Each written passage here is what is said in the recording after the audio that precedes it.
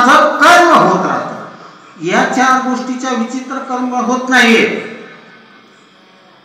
मग आम्हाला देव जर प्रसन्न करायचा असेल तर काय करावं लागतं? देवाला फुल अर्पावं लागतं। ते फुल कसं असायला पाहिजे? ते फुल फटका असायला नाही पाहिजे, ते फुटकं असायला नाही पाहिजे, ते तुटकं असता नाही कामा नाही, ते दुर्गंधित असतं कामा नाही। अशा प्रकारचं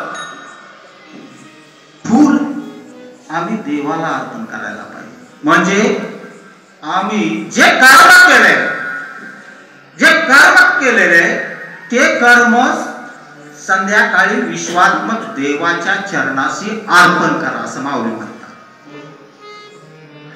आणि अशा प्रकारचं फाटकं तुटकं सडकं कुचकं नसणारं पुष्प जर आपण देवाच्या चरणाशी अर्पण केलं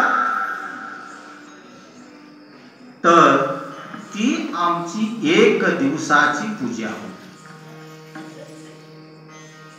आणि ही एक दिवसाची पूजा आम्ही दररोज जर केली, अखंड जर केली तर ती पूजा आमची देवाला अर्पण होईल। हा एक छोटासा आहे। आम्ही असं सतत करायला पाहिजे। काय करायला पाहिजे? आम्ही असं सतत करण्यासाठी जन्म घेतलेला आहे, दुसरं काहीच नाही। जन्म घेण्याचं कारण एकच आहे, देवाचं नामस्मरण।